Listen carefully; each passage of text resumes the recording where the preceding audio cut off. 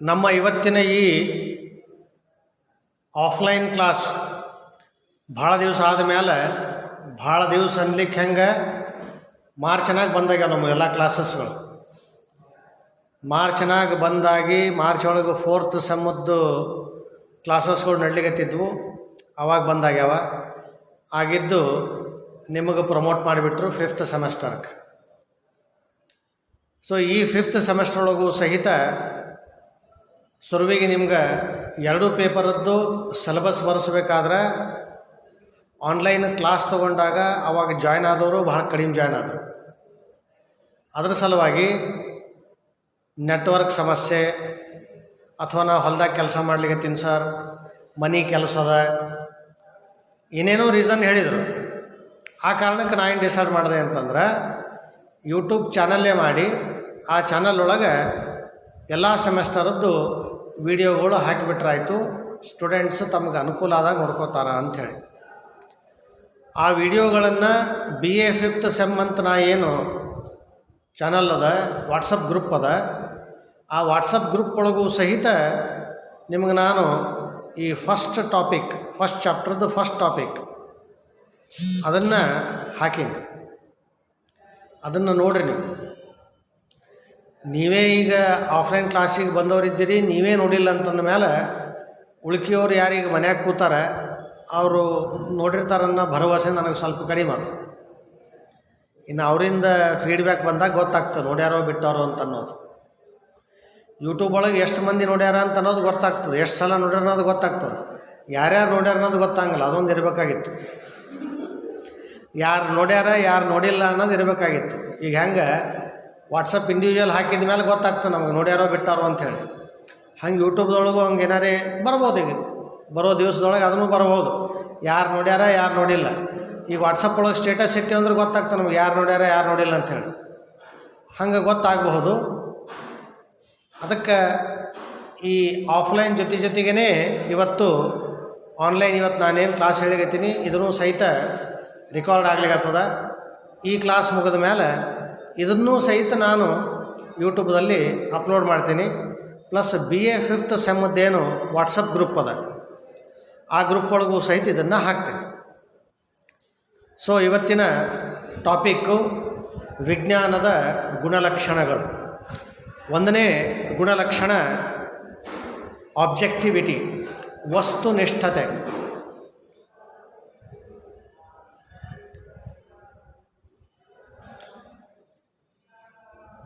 ವಸ್ತುನಿಷ್ಠತೆ ನಮ್ಮ ಅಧ್ಯಯನದಲ್ಲಿ ಇರಬೇಕು ಅಂತ ಹೇಳಾಗ್ತದೆ. ವಸ್ತುನಿಷ್ಠತೆ ಏನು ಅಂತಂದರೆ ಯಾವುದಾದ್ರೂ ಒಂದು ವಸ್ತುವನ್ನು ನೋಡಿದಾಗ ನೀವು ಕುಳಿತಿರ್ತಕ್ಕಂಥ ವಸ್ತು ಯಾವುದು ಅಂತ ಕೇಳಿದಾಗ ಏನಂತ ಹೇಳ್ತೀರಿ? ಇದೇನದ ಇದು? ನೀವು ಕೂತಿದ್ದೀಯೇ, ನೀವು ಬೆಂಚ್ಗಳವಲ್ಲ. ಸೊ ಬೆಂಚ್ ಹೆಂಗದ ಹಾಗೆ ಹೇಳೋದು ವಸ್ತುನಿಷ್ಠತೆ. ಬೆಂಚು ನಮ್ಮ ಕಾಲೇಜಲ್ಲಿ ಕ್ಲಾಸ್ ರೂಮಲ್ಲಿ ಇರೋವು ಕಬ್ಬಿಣದವ, ಮ್ಯಾಲ ಕಟ್ಟಿಗೆದು ಬೇಯಿಸ್ಕೊಟ್ಟಾರ. ಕಟ್ಟಿಗೆದು ಮ್ಯಾಲೆ ಇರೋದ್ರಿಂದ ನಮಗೆ ಕೂತು ಬರಲಿಕ್ಕೆ ಮಾಡಲಿಕ್ಕೆ ಅನುಕೂಲ ಆಗ್ತದೆ. ಬೆಂಚಿನ ಬಗ್ಗೆ ವಿವರಣೆ ಕೊಡ್ರಿ, ಬೆಂಚ್ ಹೆಂಗದ ಅಂತ ಹೇಳ್ರಿ ಅಂದಾಗ ಹೆಂಗಿರ್ತದ ಹಾಗೆ ನಾವು ಹೇಳ್ತೀವಲ್ಲ, ಅದು ವಸ್ತುನಿಷ್ಠತೆ ಇದ್ದಂಗೆ ಹೇಳೋದು. ನಮ್ಮ ಕಾಲೇಜ್ ಅದ, ನಮ್ಮದು ಕ್ಲಾಸ್ ಅದ, ನಮ್ಮದು ಅನ್ನೋ ಅಭಿಮಾನ ಇಟ್ಟುಕೊಂಡು ನಮ್ಮಲ್ಲಿ ಬೆಂಚು ಹೆಂಗದ ಹಂಗೆ ಬಿಟ್ಟು ಒಳ್ಳೆ ಸಾಗವಾನಿದ ಬೆಂಚುಗಳು ನಮ್ಮಲ್ಲಿರೋ ಬೆಂಚ್ಗಳು ಎಷ್ಟು ಬೆಸ್ಟ್ ಅವ ಅಂತಂದ್ರೆ ಬಹುಶಃ ಯಾವ ಕಾಲೇಜ್ನಲ್ಲೂ ಇರಲಿಕ್ಕಿಲ್ಲ. ಅದ್ರ ಮೇಲೆ ಡೆಕೋಲಿಯಮ್ ಹಾಕ್ಯಾರ. ಪ್ರತಿಯೊಂದು ಬೆಂಚು ಸಹಿತ ಕೂಡಲಿಕ್ಕೆ ಬಹಳ ಅಂದ್ರೆ ಬಹಳ ಆರಾಮದ. ಇದ್ದದ್ರಕ್ಕಿಂತ ಜಾಸ್ತಿ ಹೇಳೋದು, ಇದ್ದದ್ರಕ್ಕಿಂತ ಕಡಿಮೆ ಹೇಳೋದು, ಎರಡೂ ತಪ್ಪು. ಅದು ವಸ್ತುನಿಷ್ಠತೆ ಆಗಂಗಿಲ್ಲ. ಹಂಗೆ ವಿಜ್ಞಾನ ಯಾವ ಒಂದು ಲಕ್ಷಣ ಪಡೆದುಕೊಂಡದ ಅಂತಂದ್ರೆ ವಸ್ತುನಿಷ್ಠತೆಯ ಲಕ್ಷಣ ಪಡೆದುಕೊಂಡದು. ಆಬ್ಜೆಕ್ಟಿವಿಟಿ ಅನ್ನೋ ಒಂದು ಫೀಚರ್ ಅದಕ್ಕೆ. ಹೆಂಗಿರ್ತದ ಹಾಗೇ ಅಧ್ಯಯನ ಮಾಡ್ತದೆ ವಿಜ್ಞಾನ. ನಮಗದು ಭಾಳ ಬೇಕು ಅಂಥೇಳಿ ಅದರ ವರ್ಣನೆಯನ್ನು ಇದ್ದದಕ್ಕಿಂತ ಜಾಸ್ತಿ ಮಾಡೋದು ವಸ್ತುನಿಷ್ಠತೆ ಅಲ್ಲ. ಇದ್ದದಕ್ಕಿಂತ ನಮಗದು ಬ್ಯಾಡಾಗ್ಯದ ಅಂಥೇಳಿ ಕಡಿಮೆ ಮಾಡೋದು ವಸ್ತುನಿಷ್ಠತೆ ಅಲ್ಲ. ನಾವು ಕೆಲವು ವ್ಯಕ್ತಿಗಳ ಬಗ್ಗೆ ಮಾಡ್ತೀವಲ್ಲ, ಯಾರ ಬಗ್ಗೆ ಆದರೂ ನಮಗೆ ಎನ್ಕ್ವೈರಿ ಮಾಡಲಿಕ್ಕೆ ಬಂದಾಗ ನಮಗೆ ಭಾಳ ಬೇಕಾದವರು ಇದ್ದರು ಅಂತಂದ್ರೆ ಅವರಲ್ಲಿರುವಂತಹ ಕೆಟ್ಟ ಗುಣಗಳನ್ನು ಹೇಳಂಗಿಲ್ಲ. ನಾವು ಅವರಲ್ಲಿರೋ ಒಳ್ಳೆಯ ಗುಣಗಳಷ್ಟೇ ಹೇಳ್ತೀವಿ. ನಮಗೆ ಬೇಡವಾದ ವ್ಯಕ್ತಿಯ ಬಗ್ಗೆ ಯಾರಾದರೂ ಕೇಳಿಕ್ಕೆ ಬಂದರು ಅಂದ್ರೆ ಅವನಿಗೆ ಕೆಟ್ಟ ಗುಣ ಅಷ್ಟೇ ಹೇಳ್ತೀವಿ ನಾವು. ಒಳ್ಳೆಯ ಗುಣ ಇರಂಗಿಲ್ಲೇನೋ ಅವನ ಬಲ್ಲಿ ಇದ್ದೇ ಇರ್ತಾವೆ. ನಮಗೆ ಬೇಡವಾದ ವ್ಯಕ್ತಿಯ ಒಳ್ಳೆಯ ಗುಣಗಳನ್ನು ಹೇಳಂಗಿಲ್ಲ, ನಮಗೆ ಬೇಕಾಗಿರುವ ವ್ಯಕ್ತಿಯ ಕೆಟ್ಟ ಗುಣಗಳನ್ನು ಹೇಳಂಗಿಲ್ಲ. ಇದು ಸೈನ್ಸದ್ದು ಕ್ಯಾರೆಕ್ಟರಿಸ್ಟಿಕ್ ಅಲ್ಲ. ಏನದ ಹಾಗೇನೆ ಅಧ್ಯಯನ ಮಾಡೋದು, ಏನದ ಹಾಗೇನೆ ಹೇಳೋದು, ಅದು ವಸ್ತುನಿಷ್ಠ. ಎರಡನೇದು ವೆರಿಫಿಯಬಿಲಿಟಿ, ಪರಿಶೀಲತೆ.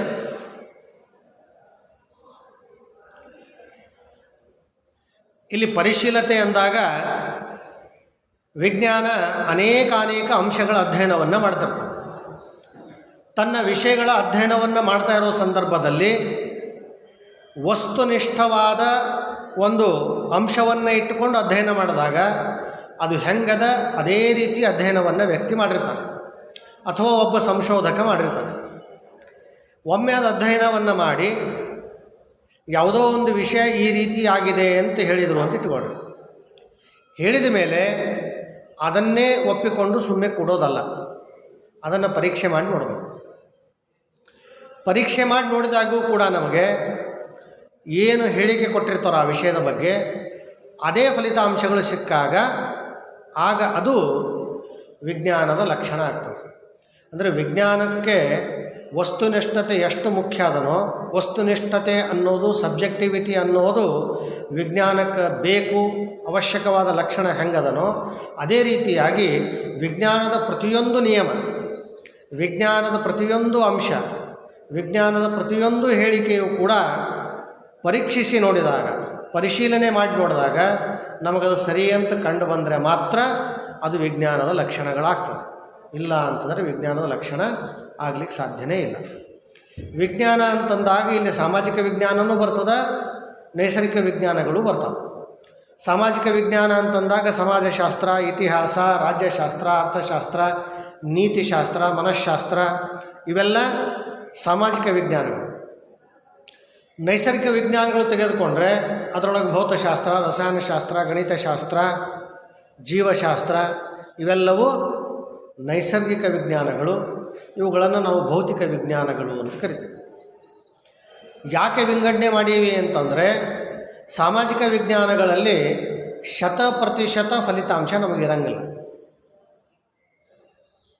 ಈಗ ಉದಾಹರಣೆಗಾಗಿ ಸಾಮಾಜಿಕ ವಿಜ್ಞಾನದಲ್ಲಿ ಸಮಾಜಶಾಸ್ತ್ರ ಬರ್ತದೆ. ಸಮಾಜಶಾಸ್ತ್ರದ ಒಂದು ನಿಯಮವನ್ನು ನಾವು ನೋಡಿದಾಗ ನಮ್ಮ ಭಾರತದಲ್ಲಿ ಬಡತನಕ್ಕೆ ಮೂಲ ಕಾರಣ ಏನು?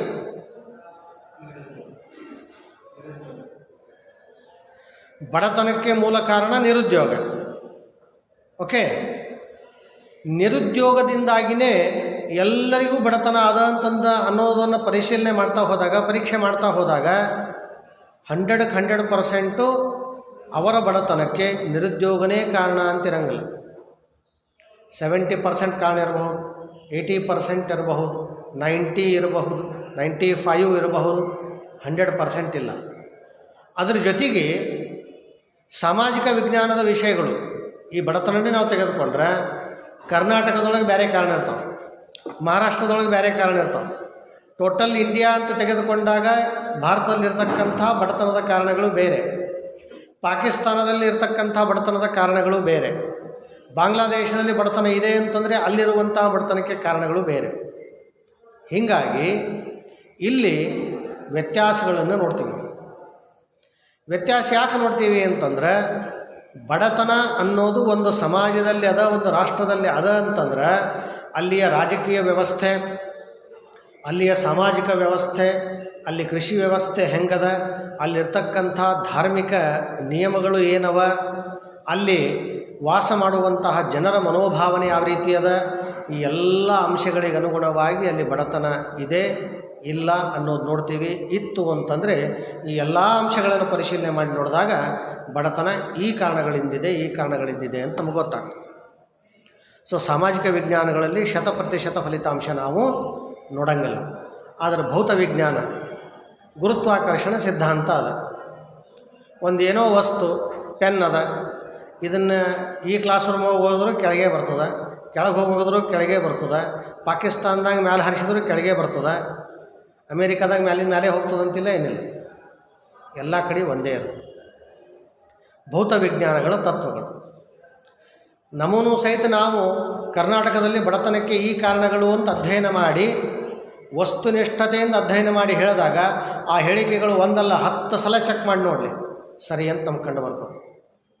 ಒಂದು ವೇಳೆ ವಸ್ತುನಿಷ್ಠತೆಯಿಂದ ನಾವು ಆ ವಿಷಯದ ಅಧ್ಯಯನವನ್ನು ಮಾಡಿದ್ದೇವೆ.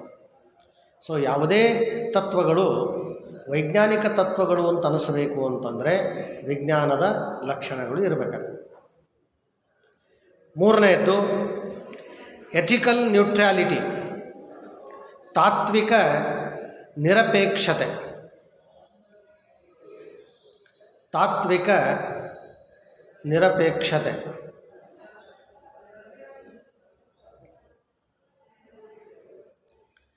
ತಾತ್ವಿಕ ನಿರಪೇಕ್ಷತೆ ಅಂತಂದರೆ ಮೌಲ್ಯಗಳು ಅಂತ ಇರ್ತಾವೆ.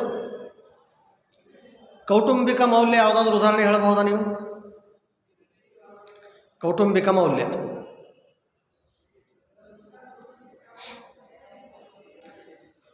ಕೌಟುಂಬಿಕ ಮೌಲ್ಯ ಅಂತಂದರೆ ಕುಟುಂಬದಲ್ಲಿ ನಾವು ಜೀವನ ನಡೆಸ್ಲಿಕ್ಕತ್ತೀವಿ. ಎಲ್ಲರೂ ಕುಟುಂಬದಲ್ಲೇ ಇರೋದಲ್ಲ, ಹಾಸ್ಟೆಲ್ದಲ್ಲಿದ್ದರೂ ಸಹಿತ ನೀವು ಫ್ಯಾಮಿಲಿ ಮೆಂಬರ್ಸೇ ಅಲ್ಲ, ಹೌದಲ್ಲ? ಕುಟುಂಬದೊಳಗಿರಬೇಕಾದ್ರೆ ಏನು ಪರಿಪಾಲನೆ ಮಾಡಬೇಕು, ಏನು ಮಾಡಬಾರ್ದು ಅನ್ನೋದು ಗೊತ್ತಿರ್ತದೋ ಇಲ್ಲ? ಏನು ಮಾಡಬೇಕು ಅಂತದ, ಏನು ಮಾಡಬಾರ್ದು ಅಂತವ, ಅವು ಕೌಟುಂಬಿಕ ಮೌಲ್ಯಗಳು.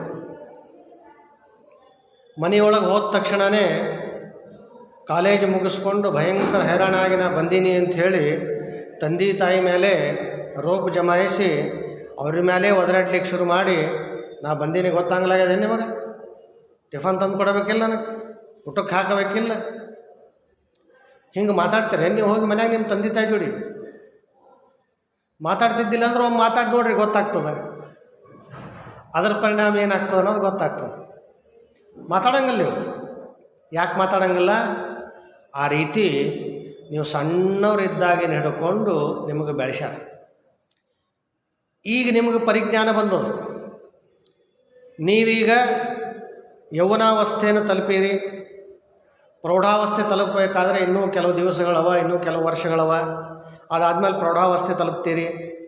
ಏನೋ ತಪ್ಪು ಮಾಡಿದಾಗ ಇದು ಮಾಡಿದಾಗ ನಿಮ್ಮ ತಂದೆ ತಾಯಿ ಒಂದು ವೇಳೆ ಭಾಳ ಬೈತಿದ್ರು ಅಂತಂದ್ರೆ ನಿಮ್ಮ ಅಕ್ಕಪಕ್ಕದಲ್ಲಿರುವಂಥ ಹಿರಿಯರು, ನಿಮ್ಮ ಸಂಬಂಧಿಕರು ಯಾರಾದರೂ ಬಂದಾಗ ನಿಮಗೆ ಭಾಳ ಬೈಯೋದು ನೋಡಿದರೆ ಇನ್ನೂ ಏನು ಭಾಳ ವಯಸ್ಸಾಗ್ಯದಂತ ಅವ್ರಿಗೆ ಇದು ಮಾಡ್ತಿದ್ದಿ, ಸಣ್ಣವ್ರು ಹರ ತಪ್ಪು ಮಾಡ್ತಿರ್ತಾರೆ, ತಿಳಿಸಿ ಹೇಳಬೇಕು ಮಾಡಬೇಕು ಅಂತ, ಹೌದಲ್ಲ? ಪ್ರೌಢಾವಸ್ಥೆ ಯಾವಾಗ ಬರೋದು ಅಂದರೆ ಸಂಪೂರ್ಣ ತಿಳುವಳಿಕೆ ಬಂತು ಅಂದರೆ ಪ್ರೌಢಾವಸ್ಥೆ. ಇದರ ಅರ್ಥ ಈಗ ನಿಮ್ಗೆ ತಿಳುವಳಿಕೆ ಇಲ್ಲ ಅಂತ ಹೇಳ್ಬೋದೇನು? ನಾವು ಹೇಳ್ಬೋದಾ? ನಿಮಗೆ ಹೋಳಿಗೆ ಕೊಟ್ಟು ಗರ್ಮಾಗರಂ ಭಜಿ ನೋಡಪ್ಪ ತಿನ್ನು ಅಂತಂದ್ರೆ ಏನಂತೀರಿ? ಎಲ್ಲವ್ರಿ ಭಜಿ ಹೋಳಿಗೆ ಅದಲ್ಲ ಅಂತೀರಿ ನೀವು? ಗೊತ್ತಾಗ್ತಿಲ್ಲ ಹೋಳಿಗೆ ಅದ ಭಜಿ ಅದ ಏನದ ಅಂತ ಅನ್ನೋದು. ಅದರ ಜೊತೆಗೆ ಯಾವ ವಿಷಯ ಸರಿ ಯಾವ ವಿಷಯ ತಪ್ಪು ಅನ್ನೋದು ಗೊತ್ತಾಗ್ತದೋ ಇಲ್ಲ? ಹೀಗಿದ್ದಾಗ ಕುಟುಂಬದಲ್ಲಿ ತಂದೆ ತಾಯಿಗಳ ಮಾತನ್ನು ಕೇಳಬೇಕು, ತಂದೆ ತಾಯಿ ಹೇಳಿರುವ ಕೆಲಸಗಳನ್ನು ಮಾಡಬೇಕು. ಮನೆಯಲ್ಲಿ ಒಂದು ವೇಳೆ ಹಿರಿಯರಿದ್ದರು, ವಯಸ್ಸಾದವರಿದ್ದರು, ಅವರ ಸೇವೆಯ ಅವಶ್ಯಕತೆ ಇತ್ತು ಅಂದರೆ ಅವರ ಸೇವೆಯನ್ನು ಮಾಡಬೇಕು. ಅವರೇನಾದರೂ ಹೇಳ್ತಕ್ಕಂಥ ಕೆಲಸಗಳಿದ್ದರೆ ಅವುಗಳನ್ನು ಮಾಡಬೇಕು. ಅವರಿಗೆ ಅನಾರೋಗ್ಯ ಉಂಟಾದಾಗ ಅವರನ್ನು ಸರಿಯಾಗಿ ನೋಡ್ಕೊಳ್ಬೇಕು, ದವಾಖಾನೆಗೆ ಕರ್ಕೊಂಡು ಹೋಗಬೇಕು. ಇವೆಲ್ಲ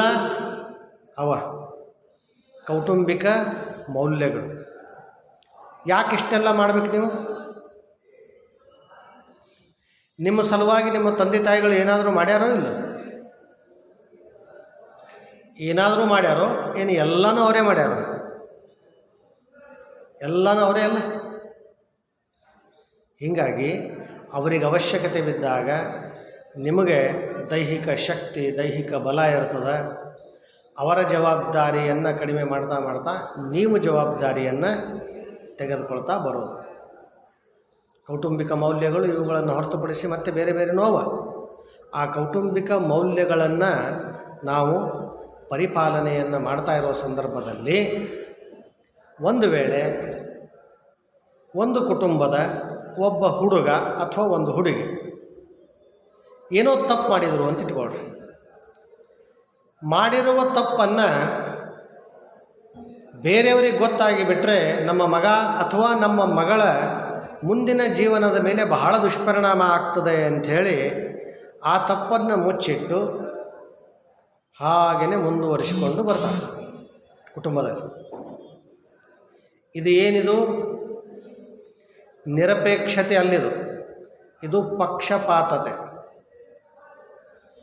ಬೇರೆ ಕುಟುಂಬದ ಮಕ್ಕಳು ಮಾಡಿದ್ರು ಅಂತಂದ್ರೆ ಇದೇ ಕುಟುಂಬದ ತಂದೆ ತಾಯಿಗಳು ಹೋಗಿ ಒಂದು 100 ಮಂದಿಗೆ ಹೇಳಿ ಬಂದಿರ್ತಾರೆ.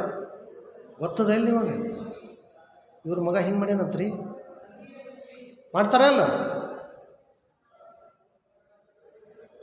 ಈ ಉದಾಹರಣೆ ಯಾಕೆ ನಾ ಹೇಳಲಿಕತ್ತೀನಿ ವಿಜ್ಞಾನದ ಲಕ್ಷಣದಲ್ಲಿ ಅಂತಂದರೆ, ತಾತ್ವಿಕ ನಿರಪೇಕ್ಷತೆ ಇರಬೇಕು.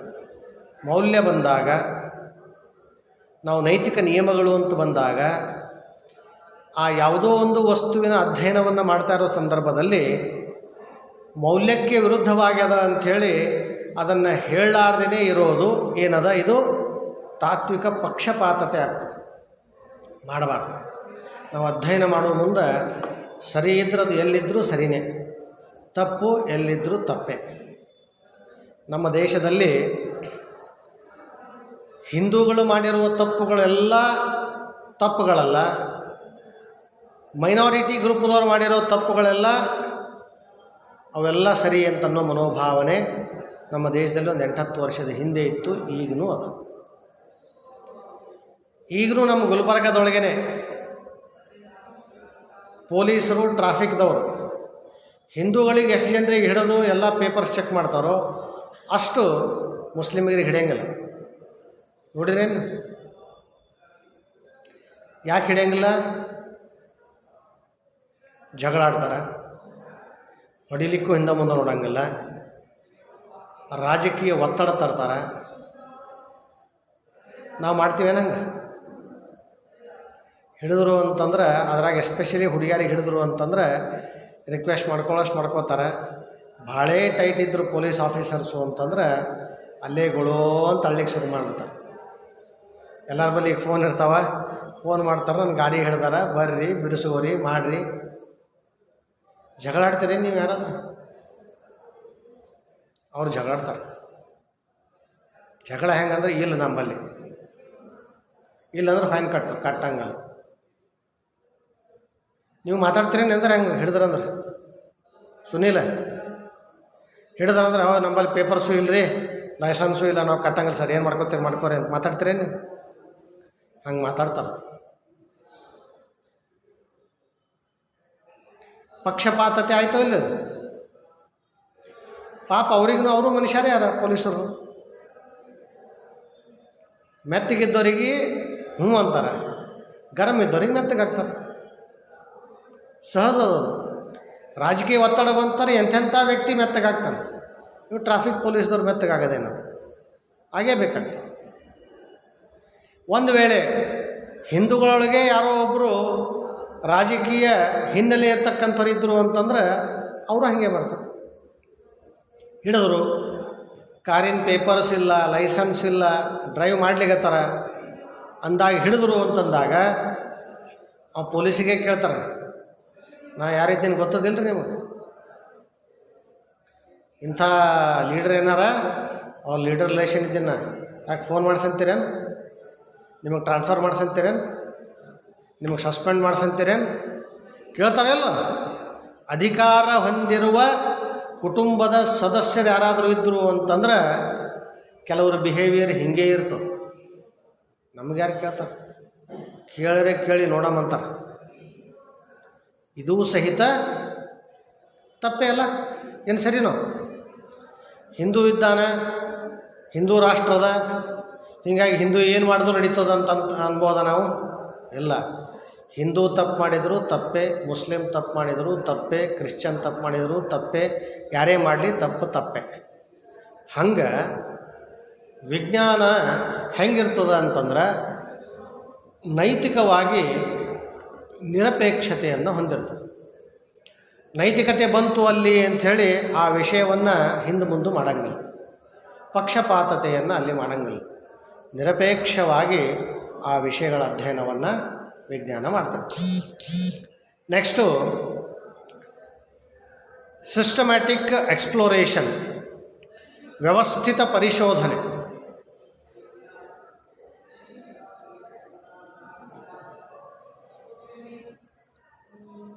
ಇಲ್ಲಿ ವ್ಯವಸ್ಥಿತ ಪರಿಶೋಧನೆ ಅಂತಂದರೆ ವೈಜ್ಞಾನಿಕವಾಗಿ ವಿಷಯಗಳನ್ನು ನಾವು ಕಲೆ ಹಾಕಿ ವಿಷಯಗಳನ್ನು ಆಯ್ದುಕೊಂಡು ನಮ್ಮ ಅಧ್ಯಯನಕ್ಕೆ ಸಂಬಂಧಪಟ್ಟ ವಿಷಯಗಳನ್ನು ಅಥವಾ ಮಾಹಿತಿಯನ್ನು ಸಂಗ್ರಹಣೆ ಮಾಡಿದ ಮೇಲೆ ನಾವು ಆ ಸಂಗ್ರಹಿಸಿದ ಮಾಹಿತಿಯನ್ನು ಸರಿಯಾಗಿ ವರ್ಗೀಕರಣ ಮಾಡಿ ವರ್ಗೀಕರಣದಿಂದ ನಮಗೆ ಸಿಕ್ಕಿರುವಂತಹ ಅಂಶಗಳನ್ನು ಹೇಳಿಕೆಗಳ ರೂಪದಲ್ಲಿ, ಸಾಮಾನ್ಯ ತತ್ವಗಳ ರೂಪದಲ್ಲಿ ಅವುಗಳನ್ನು ನಾವು ಮಂಡನೆ ಮಾಡಿ, ಸಾಮಾನ್ಯ ಹೇಳಿಕೆಗಳು ನಮ್ಮ ಅಧ್ಯಯನದಿಂದ ವರ್ಗೀಕರಣದಿಂದ ನಮಗೆ ಸಿಕ್ಕಾಗ್ಯೂ ಕೂಡ ನನ್ನ ಸಾಮಾನ್ಯ ಹೇಳಿಕೆಗಳು, ನನ್ನ ಸಾಮಾನ್ಯ ತತ್ವಗಳು ಸರಿ ಇವೆಯೋ ಅಥವಾ ಇಲ್ಲವೋ ಅನ್ನೋದನ್ನು ಪುನರ್ ಪರಿಶೀಲನೆ ಮಾಡಿ ನೋಡಿ ಅವುಗಳಿಗೆ ಪರೀಕ್ಷೆ ಮಾಡಿದಾಗೂ ಕೂಡ ನಮ್ಮ ಹೇಳಿಕೆಗಳು ಸರಿ ಅಂತ ಕಂಡು ಬಂದಾಗ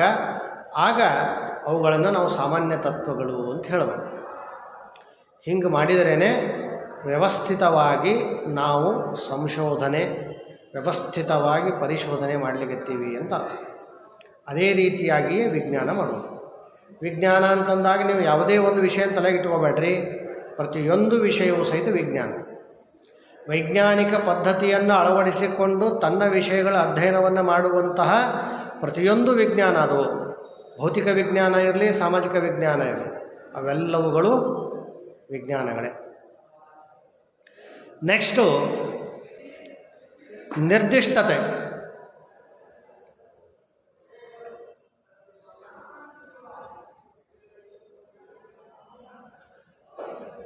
ಐದನೇದ್ದು ನಿರ್ದಿಷ್ಟತೆ, ಆರನೇದ್ದು ನಿಖರತೆ. ಪ್ರಿಸಿಷನ್ ಆ್ಯಂಡ್ ಅಕ್ಯುರಸಿ, 5-6 ಲಕ್ಷಣಗಳು.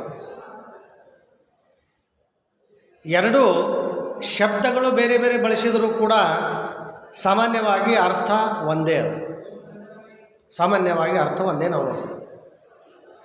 ನಿರ್ದಿಷ್ಟವಾಗಿದೆ ಅಂದರೂ ಸಹಿತ ಒಂದೇ, ನಿಖರವಾಗಿದೆ ಅಂದರೂ ಸಹಿತ ಒಂದೇ. ವಿಶಾಲವಾಗಿ ನಾವು ಇವೆರಡರ ಅರ್ಥವನ್ನು ತೆಗೆದುಕೊಂಡಾಗ, ಆದರೆ ಸೂಕ್ಷ್ಮವಾಗಿ ನೋಡಿದಾಗ ನಿರ್ದಿಷ್ಟತೆ ಬೇರೆ, ನಿಖರತೆ ಬೇರೆ. ಹೆಂಗೆ ಅಂತಂದ್ರೆ ಸಾಮಾಜಿಕ ವಿಜ್ಞಾನಗಳ ತತ್ವಗಳು ನಿರ್ದಿಷ್ಟವಾಗಿರ್ತಾವೆ ಅಂತ ಹೇಳಿಕೆ ಕೊಟ್ಟರೆ ಅದು ಸರಿ. ನೈಸರ್ಗಿಕ ವಿಜ್ಞಾನಗಳ ತತ್ವಗಳು ನಿಖರವಾಗಿರ್ತಾವೆ ಅಂತ ಹೇಳಿದರೆ ಸರಿ. ಅಂದರೆ ನಾನು ಆರಂಭದಲ್ಲಿ ಹೇಳಿದೆ, ಮೆಜಾರಿಟಿ ನಿರ್ದಿಷ್ಟತೆ ಅಂತಂದರೆ 80% ಇದ್ದರೂ ಸಹಿತ ಅದು ನಿರ್ದಿಷ್ಟನೇ, 90% ಇದ್ದರೂ ನಿರ್ದಿಷ್ಟನೇ. ನಿಖರ ಅಂತಂದಾಗ 100% ಇದ್ದರೆ ನಿಖರ ಅಂತ ಶಬ್ದ ಉಪಯೋಗ ಮಾಡ್ತೀವಿ. ಸೊ ನಿಖರತೆ ಅನ್ನೋ ಶಬ್ದವನ್ನು, ನಿಖರತೆ ಅನ್ನೋ ಲಕ್ಷಣವನ್ನು ವಿಜ್ಞಾನದ್ದು ನಾವು ಯಾವ್ಯಾವುಗಳಿಗೆ ಉಪಯೋಗ ಮಾಡ್ತೀವಿ, ಯಾವ್ಯಾವುಗಳಿಗೆ ಬಳಸ್ತೀವಿ ಅಂತಂದರೆ ಭೌತಿಕ ವಿಜ್ಞಾನಗಳ ತತ್ವಗಳಿಗೆ ಬಳಸ್ತೀವಿ. ನಾನು ಶಾಲೆಗಳಲ್ಲಿ ಕಲಿತಾ ಇರಬೇಕಾದ್ರೆ 2+2 4 ಇತ್ತು. ನೀವು ಕಲಿಯೋ ಮುಂದೂ ಅಷ್ಟೇ ಇತ್ತು, ಈಗನೂ ಅಷ್ಟೇ ಅದ, ಮುಂದೂ ಅಷ್ಟೇ ಇರ್ತದೆ. ನಿಖರತೆ 100% ನಿರ್ದಿಷ್ಟತೆ ಪಡೆದುಕೊಂಡಿದ್ದು. 100% ನಿರ್ದಿಷ್ಟವಾಗಿದ್ದದ್ದು ನಿಖರ. ಸ್ವಲ್ಪ ಪ್ರತಿಶತ ಕಡಿಮೆ ಇತ್ತು ಅಂದರೆ ಅದಕ್ಕೆ ನಿರ್ದಿಷ್ಟ ಅಂತ ನಾವು ಹೇಳ್ತೀವಿ. ಆರಂಭದಲ್ಲಿ ಹೇಳೀನಿ, ವಿಶಾಲವಾದ ಅರ್ಥದಲ್ಲಿ ನೋಡಿದಾಗ ಎರಡೂ ಒಂದೇ ಅರ್ಥ, ಆದರೆ ಸೂಕ್ಷ್ಮವಾಗಿ ಎರಡೂ ಬಿಡಿಸಿದಾಗ 100% 100% ಇದ್ದಿದ್ದು ನಿಖರ, ಸ್ವಲ್ಪ ಕಡಿಮೆ ಇತ್ತು ಅಂದರೆ ಅದನ್ನು ನಿರ್ದಿಷ್ಟ ಅಂತ ನಾವು ಕರಿತೀವಿ. ನೆಕ್ಸ್ಟು ರಿಲಯಬಿಲಿಟಿ, ವಿಶ್ವಾಸಾರ್ಹತೆ. 7ನೇದ್ದು ವಿಶ್ವಾಸಾರ್ಹತೆ. ವಿಜ್ಞಾನದ ತತ್ವಗಳು ವಿಶ್ವಾಸಕ್ಕೆ ಅರ್ಹವಾಗಿರುವಂತಹ ತತ್ವಗಳೇ ಆಗಿರ್ತವೆ. ಹೌದೋ ಅಲ್ಲ? ಸ್ವಲ್ಪ ನಿಮ್ಮ ಮುಖ ನೋಡಿದರೆ ಯಾಕೋ ಅನುಮಾನ ಹೊಂಟಂಗೆ ಅನಿಸ್ತಿತ್ತು ಮುಖದ ಮೇಲೆ, ಎಸ್ಪೆಷಲಿ ಮೇಘ, ನೀನು ಏನಾದ್ರು ಅನುಮಾನ ಅದ? ಏನೂ ಇಲ್ಲ. ಇತ್ತಂದ್ರೆ ಹೇಳು, ಸಂಕೋಚ ಮಾಡ್ಕೋಬೇಡ. ಏನೂ ಇಲ್ಲ. ವಿಶ್ವಾಸಾರ್ಹತೆ ಅಂತಂದಾಗ ಆ ತತ್ವಗಳು, ಈಗ ಕೆಮಿಸ್ಟ್ರಿ ಒಳಗೆ ಕೆಮಿಕಲ್ಸ್ ಬರ್ತಾವೆ. ಕೆಮಿಸ್ಟ್ರಿ ಕಲಿಸಿಕೊಡೋರು ಟೀಚರ್ಸ್ ಏನು ಹೇಳ್ತಾರೆ, ಈ ಕೆಮಿಕಲ್ ಹಾಕೋದ್ರಿಂದ ನಿಮಗೆ ಈ ಥರದ ರಿಸಲ್ಟ್ ಬರ್ತದೆ ಅಂತ ಹೇಳ್ತಾರೆ. ಆ ಕೆಮಿಕಲ್ಗಳು ಹಾನಿಕಾರಕ ಇದ್ದಿದ್ದಿಲ್ಲ ಅಂತಂದರೆ ವಿದ್ಯಾರ್ಥಿಗಳ ಕೈಯಲ್ಲೇ ಕೊಟ್ಟು ಮೊದಲು ಹೇಳಿ ಆ ಎರಡೂ ಕೆಮಿಕಲ್ಗಳನ್ನು ಕೂಡಿಸಿದಾಗ ಏನು ರಿಸಲ್ಟ್ ಬರ್ತದೆ ಅಂತ ಹೇಳಿರ್ತಾರೋ ಆ ರಿಸಲ್ಟ್ ಬರುವ ಹಾಗೆ ತೋರಿಸಿರ್ತಾರೆ. ಅದೇ ರೀತಿಯಾಗಿ ಹೇಳೋ ಟೀಚರ್ಸುಗಳು ಸಹಿತ ಕೆಲವು ಕೆಮಿಕಲ್ಗಳನ್ನು ಉಪಯೋಗ ಮಾಡಬೇಕಾದ್ರೆ ಸರಿಯಾಗಿ ಗ್ಲೌಸನ್ನು ಹಾಕ್ಕೊಂಡು ಆ ಕೆಮಿಕಲ್ಗಳನ್ನು ಯೂಸ್ ಮಾಡಿರಿ. ಸ್ವಲ್ಪ ಎಲ್ಲಾದರೂ ಹತ್ತತ್ತು ಸ್ಕಿನ್ನಿಗೆ ಅಂತಂದರೆ ಸ್ಕಿನ್ ಇನ್ಫೆಕ್ಷನ್ ನಿಮಗಾಗ್ತದೆ, ಇರಿಟೇಷನ್ ಆಗ್ತದೆ ಅಂತ ಹೇಳಿದಾಗ ವಿಶ್ವಾಸ ವಿದ್ಯಾರ್ಥಿಗಳು ಮಾಡಬೇಕೋ ಮಾಡಬಾರ್ದು? ಮಾಡಿದರೆ ಅವ್ರಿಗೆ ಒಳ್ಳೆಯದು, ಮಾಡದೇ ಇದ್ದರೆ ಸಮಸ್ಯೆ ಆಗ್ತದೋ ಇಲ್ಲ.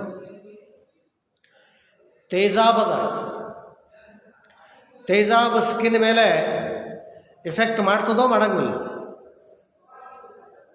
ತೇಜಾಬ್ ಗೊತ್ತೋ ಇಲ್ಲ?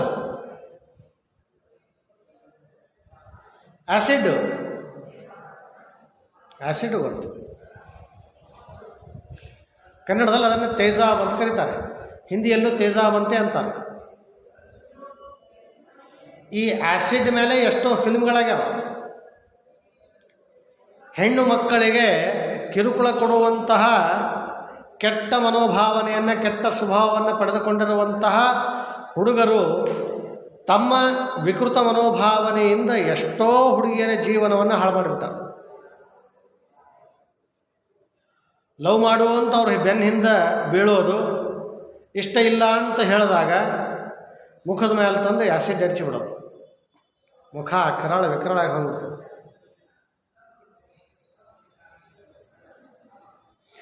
ಆ ಕೃತ್ಯ 100% ತಪ್ಪಾಗಿರೋ ಕೃತ್ಯ ಅದು. ಅಂಥವು ಯಾವ ಹುಡುಗರು ಮಾಡಬಾರ್ದು. ಆ ಥರ ಮಾಡೋರು ಮಾನವೀಯ ಮನೋಭಾವನೆಯನ್ನು ಕಡಿಮೆ ಪಡೆದುಕೊಂಡಿರ್ತಾರೆ, ರಾಕ್ಷಸಿ ಗುಣಗಳು ಜಾಸ್ತಿ ಇರ್ತಾವೆ ಅವ್ರ ಬಳಿ.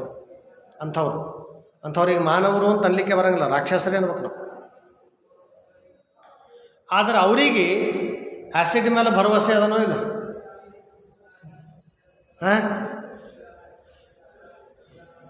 ಚಟುವಟಿಕೆ ತಪ್ಪದ, ಬಟ್ ಇಲ್ಲರೋ ಆ್ಯಸಿಡ್ಡು ಏನು ಕೆಲಸ ಮಾಡ್ತದ ಅನ್ನೋ ವಿಶ್ವಾಸಾರ್ಹತೆ.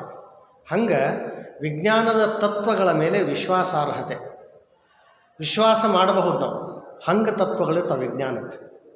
ಯಾಕೆ ವಿಶ್ವಾಸ ಮಾಡಬಹುದು ಅಂತಂದರೆ ವ್ಯವಸ್ಥಿತವಾಗಿ ಶೋಧನೆ ಆಗಿರ್ತದೆ, ವೈಜ್ಞಾನಿಕ ಹಂತಗಳ ಮೂಲಕವಾಗಿ ಅಧ್ಯಯನ ಆಗಿರ್ತದೆ, ಅವುಗಳ ನಿರ್ದಿಷ್ಟತೆಯ ಪರೀಕ್ಷೆ ಆಗಿರ್ತದೆ, ಅವುಗಳ ನಿಖರತೆಯ ಪರೀಕ್ಷೆ ಆಗಿರ್ತದೆ.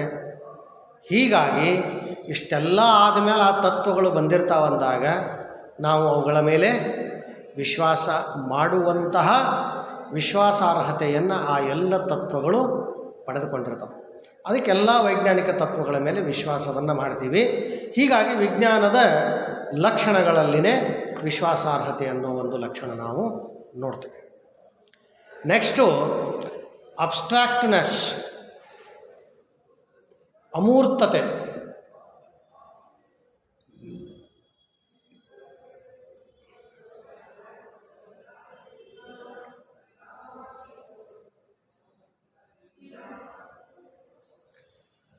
ಭೌತಿಕ ವಿಜ್ಞಾನಗಳು ಮತ್ತು ಸಾಮಾಜಿಕ ವಿಜ್ಞಾನಗಳು ಎರಡನ್ನೂ ಸಹಿತ ನಾವು ಉದಾಹರಣೆಯಾಗಿ ತೆಗೆದುಕೊಂಡಾಗ ಸಮಾಜಶಾಸ್ತ್ರದಲ್ಲಿ ಬರುವಂತಹ ಪ್ರಮುಖ ಸಾಮಾಜಿಕ ಸಂಸ್ಥೆಗಳು ಕುಟುಂಬ, ವಿವಾಹ, ಧರ್ಮ. ಇವುಗಳನ್ನು ನಾವು ಪ್ರಮುಖ ಸಾಮಾಜಿಕ ಸಂಸ್ಥೆಗಳು ಅಂತ ಕರಿತೀವಿ. ಮೊದಲಿನ ಸೆಮೆಸ್ಟರ್ಸ್ಗಳಲ್ಲಿ ನೀವು ಸೊಸೈಟಿ, ಕಮ್ಯುನಿಟಿ, ಅಸೋಸಿಯೇಷನ್, ಇನ್ಸ್ಟಿಟ್ಯೂಷನ್ ಅನ್ನೋ ಸಮಾಜಶಾಸ್ತ್ರದ ಮೂಲ ಪರಿಕಲ್ಪನೆಗಳ ಬಗ್ಗೆ ಅಧ್ಯಯನ ಮಾಡಿರೋ ಇಲ್ಲ? ಮಾಡಿರಿಲ್ಲ. ಸೊ ಅದರಲ್ಲಿ ಇನ್ಸ್ಟಿಟ್ಯೂಷನ್ ಏನು ಬರುತ್ತೆ, ಸಂಸ್ಥೆ. ಆ ಸಂಸ್ಥೆಗಳೇ ಇವು. ಸಂಸ್ಥೆಯ ಲಕ್ಷಣಗಳಲ್ಲಿ ಒಂದು ಲಕ್ಷಣದ ಅಬ್ಸ್ಟ್ರಾಕ್ಟ್ ಅಂತ ಹೇಳಿ. ಸಂಸ್ಥೆಗಳು ಅಮೂರ್ತ ಸ್ವಭಾವವನ್ನು ಪಡೆದುಕೊಂಡಿವೆ ಅಂತ. ಸಂಸ್ಥೆಗಳು ಅಮೂರ್ತ ರೂಪವನ್ನು ಹೊಂದಿವೆ.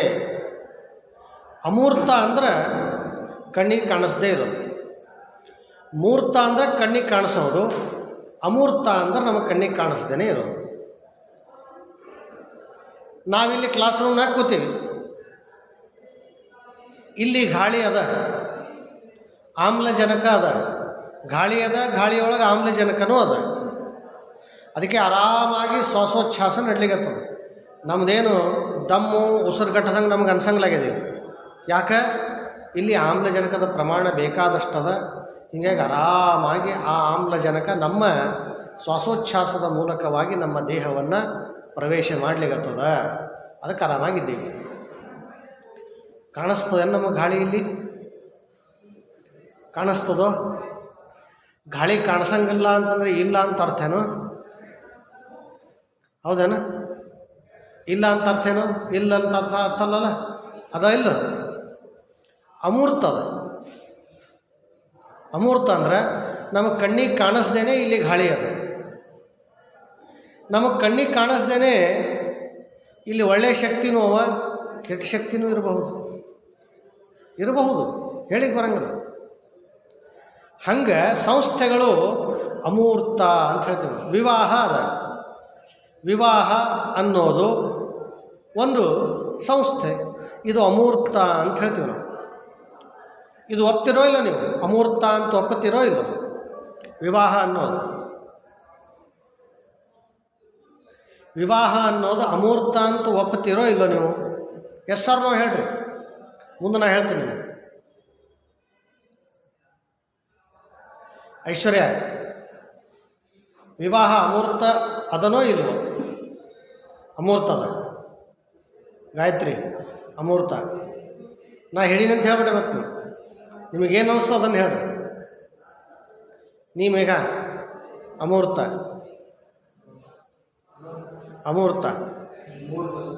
ಮೂರ್ತ. ಓಕೆ,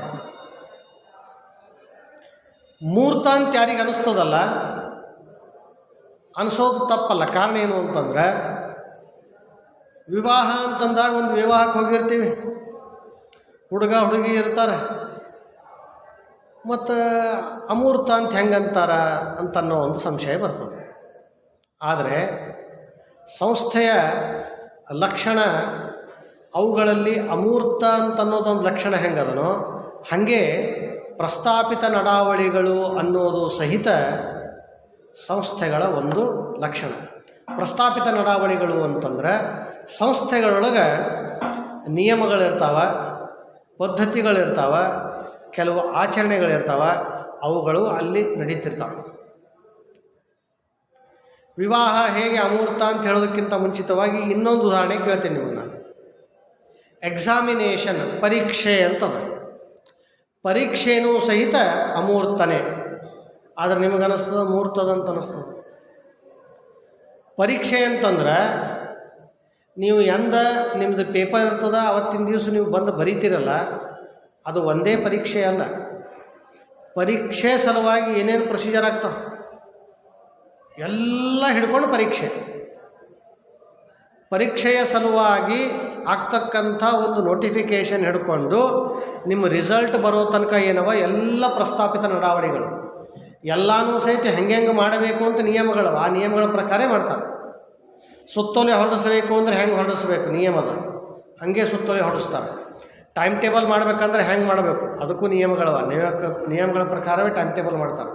ಅದಾದಮೇಲೆ ಟೈಮ್ ಟೇಬಲ್ಗೆ ಏನಾದ್ರು ಆಬ್ಜೆಕ್ಷನ್ ಬಂದವು ಅಂತಂದ್ರೆ ಅವುಗಳನ್ನು ಸ್ವೀಕಾರ ಮಾಡಿ ಮತ್ತೆ ಆಬ್ಜೆಕ್ಷನ್ಗಳನ್ನು ಎಲ್ಲವೂ ಸಹಿತ ಸರಿಪಡಿಸಿ ಮತ್ತೆ ಫೈನಲ್ ಟೈಮ್ ಟೇಬಲನ್ನು ಬಿಡ್ತಾರೆ. ಅದಾದಮೇಲೆ ಎಷ್ಟು ತಯಾರಿಗಳು ಇರ್ತಾವೆ ಅಂದರೆ ಹೇಳಲಿಕ್ಕಾಗಲ್ಲ, ಅಷ್ಟು ತಯಾರಿಗಳು ಇರ್ತಾವೆ. ಎಲ್ಲ ಸಬ್ಜೆಕ್ಟದು ಕ್ವಶನ್ ಪೇಪರ್ಸ್ ಆಗಬೇಕು, ಆಯಾ ಟೀಚರ್ಸಿಗೆ ಹೇಳಬೇಕು, ಅವ್ರವರು within time question paper ready ಮಾಡಿಕೊಡ್ಬೇಕು, 2-3 ಸೆಟ್ ಮಾಡಿಕೊಡ್ಬೇಕು, ಓಲ್ಡ್ ಮಾಡಿಕೊಡ್ಬೇಕು, ನ್ಯೂ ಮಾಡಿಕೊಡ್ಬೇಕು.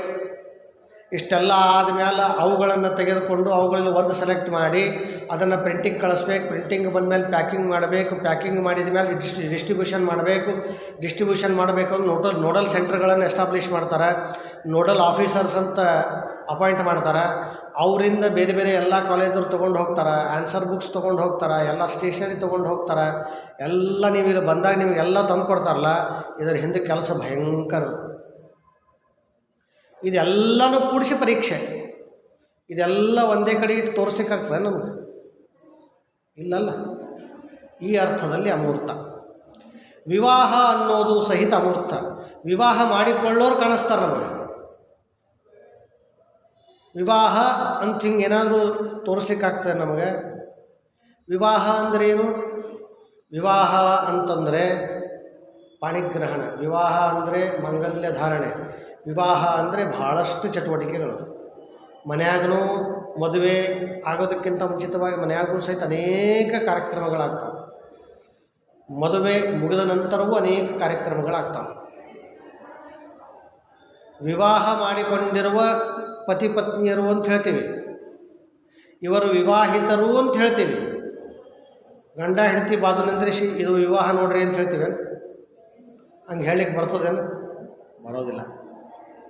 ಆ ಅರ್ಥದಲ್ಲಿ ಪ್ರಸ್ತಾಪಿತ ನಡಾವಳಿಗಳು, ಆ ಅರ್ಥದಲ್ಲಿ ಅಮೂರ್ತ ಅಂತ. ವಿವಾಹ ಮಾಡಿಕೊಳ್ಳೋರು ಕಾಣಿಸ್ತಾರೆ, ವಿವಾಹ ಆ್ಯಸ್ ಅ ಸಚ್ ಕಾಣಿಸೋದಿಲ್ಲ. ಅದಕ್ಕೆ ಅದು ಅಮೂರ್ತ. ಹಂಗೆ ಭೌತಿಕ ವಿಜ್ಞಾನಗಳು ನಾವು ತೆಗೆದುಕೊಂಡ್ರೆ, ಭೌತಿಕ ವಿಜ್ಞಾನದ ಸಂಶೋಧನೆಯ ಹಂತದಲ್ಲಿದ್ದಾಗ ಅಮೂರ್ತನೇ ಇರ್ತವೆ. ಅಮೂರ್ತ ಯಾವ ಒಂದು ಅರ್ಥದಲ್ಲಿ ಅಂತಂದರೆ, ಹಿಂಗೂ ಇರಬಹುದು, ಹಿಂಗೂ ಇರಬಹುದು, ಹಿಂಗೂ ಇರಬಹುದು ಅಂತ ಎಷ್ಟೋ ಪ್ಯಾರಾಮೀಟರ್ಗಳನ್ನು ತೆಗೆದುಕೊಂಡು ಅಧ್ಯಯನವನ್ನು ಮಾಡ್ತಿರ್ತಾರೆ. ಕೊನೆಗೆ ಯಾವಾಗ ಫೈನಲ್ ಆಗ್ತದಲ್ಲ, ಅವಾಗದು ಫೈನಲ್ ಆಗ್ತದೆ, ಆವಾಗ ನಿಖರತೆ ಬರ್ತದೆ. ಈ ಕೋವಿಡ್-19 ತೊಗೊಳ್ರಿ ಉದಾಹರಣೆ, ಬೆಸ್ಟ್ ಉದಾಹರಣೆ. ಆರಂಭದಲ್ಲಿ ಏನು ಹೇಳಿದ್ರು, ಇವತ್ತು ಹೇಳಿಗತ್ತಾರೆ ಇಲ್ಲಲ್ಲ? ಮತ್ತು ಅದು ಮೊದಲು ಏನೇನೇನೇನು ಅನಿಸ್ಕೊತೈತೆ ಅದಲ್ಲೇ ಹೇಳ್ಕೊತ ಹೋದ್ರು. ಈಗ ಪಕ್ಕ ಏನಾಗ್ಯದ ಅಂತಂದ್ರೆ 100% ಇದು ಒಬ್ಬರಿಂದ ಒಬ್ಬರಿಗೆ ಇನ್ಫೆಕ್ಷನ್ ಆಗ್ತದೆ. ಇನ್ಫೆಕ್ಷನ್ ಆಗೋದೇ ನಮ್ಮ ಕೈಗಳ ಮೂಲಕವಾಗಿ. ಯಾಕೆ ಅಂತಂದರೆ ಏನೇ ಇರಲಿ ನಾವು ನಮ್ಮ ಕೈಗಳನ್ನು ಬಳಸ್ತೀವಿ. ಯಾವುದೇ ವಸ್ತು ಹಿಡಿಲಿಕ್ಕೆ ಅಥವಾ ಹೀಗೆ ಹೋಗ್ತಾ ಇರಬೇಕಾದ್ರೆ ಸುಮ್ಮನೆ ಹೋಗಲ್ಲ, ಗಾಡಿಗೆ ಹಿಂಗೆ ಕೈ ಎತ್ಕೊಂಡು ಹೋಗ್ಬಿಡ್ತೀವಿ. ಒಟ್ಟು ಏನೇ ಇರಲಿ ಕೈಯಿಂದೇ ಕೆಲಸಗಳು ನಾವು. ಸೊ ಕೈಯಿಂದಲೇ ಇನ್ಫೆಕ್ಷನ್ ಹರಡುತ್ತದೆ ಅಂಥೇಳಿ ಕೈಗೆ ಸ್ಯಾನಿಟೈಸರ್ ಆದರೂ ಹಾಕ್ಕೋಬೇಕು, ಇಲ್ಲ ಸಾಬೂನು ಹಚ್ಚಾದರೂ ಕೈಯನ್ನು ಸ್ವಚ್ಛವಾಗಿ ತೊಳೆದುಕೊಳ್ಳಬೇಕು. ಅದರಿಂದ ನಮ್ಮ ಕೈಯಲ್ಲಿರುವಂತಹ ಕೀಟಾಣುಗಳು ಸಾಯ್ತವೆ. ಅದರ ಜೊತೆಗೆ ಒಂದು ವೇಳೆ ಕೋವಿಡ್-19 ಕೀಟಾಣುಗಳು ಇದ್ದರೆ ಅವುಗಳು ಸಹಿತ ಸತ್ತೋಗಿರ್ತವೆ. ಹಾಗಾಗಿ ನಮ್ಮಿಂದ ಬೇರೆಯವರಿಗೆ ಇನ್ಫೆಕ್ಷನ್ ಆಗೋದಿಲ್ಲ ಅಂತ. ನಮಗೆ ನೆಗಡಿ ಬಂದಾಗ ನಾವು ಸೀನಿದ್ರೆ 2 ಮೀಟರ್ ಒಳಗಡೆ ಇರ್ತಕ್ಕಂಥ ಯಾರಾದರೂ ಜನರಿದ್ದರು ಅಂದ್ರೆ ಅವ್ರಿಗೆ ಇನ್ಫೆಕ್ಷನ್ ಆಗ್ತದೆ ಅಂಥೇಳಿ ಮಾಸ್ಕ್ ಹಾಕ್ಕೊಳ್ಬೇಕು ಅಂತ ಬಂತು. ಇನ್ನೂ ಹೆಚ್ಚಿನ ಕೇರು ಶೀಲ್ಡ್ ಯೂಸ್ ಮಾಡಬೇಕು ಅಂತ ಬಂತು.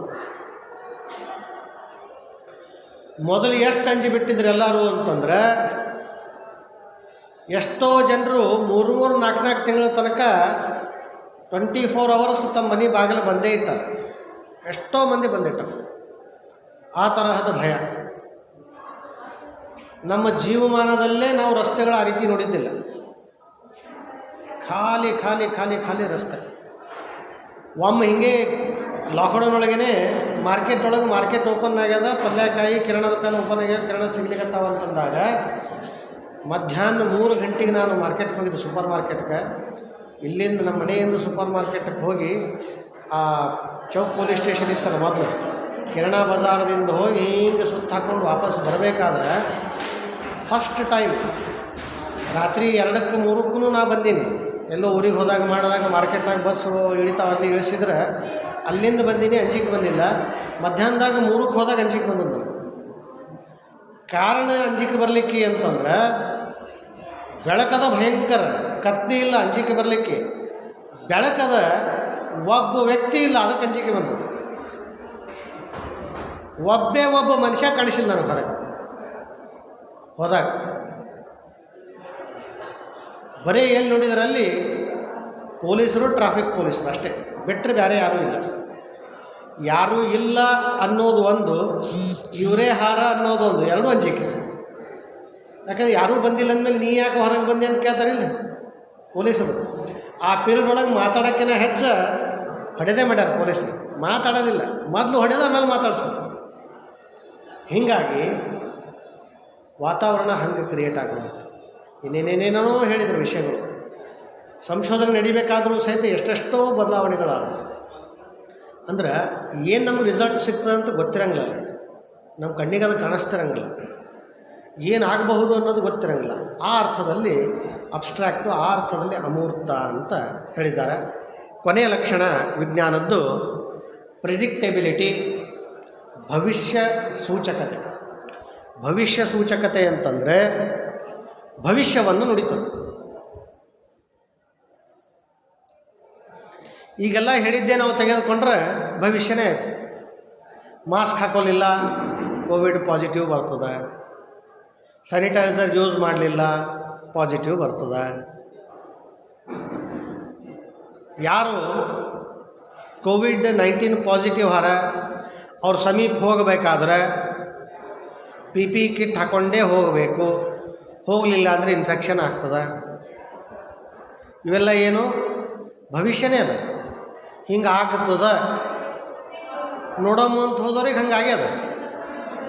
ಎಲ್ಲಿ PPE ಕಿಟ್ಟ, ಎಲ್ಲಿ ಮಾಸ್ಕ್ ಅವೆಲ್ಲ ಸುಳ್ಳು ಹೇಳ್ತಾರಂತ ಮಂಡು ಧೈರ್ಯ ಮಾಡಿ ಹೋದವರಿಗೆ ಕೋವಿಡ್-19 ಪಾಸಿಟಿವ್ ಬಂದವ್ರಿಗೆ ಒಬ್ಬರಿಂದ ಒಬ್ಬರಿಗೆ ಇನ್ಫೆಕ್ಷನ್ನು ಆಗ್ಯದ, ಆತ್ಮಹತ್ಯೆ ಹೋಗ್ಯದ.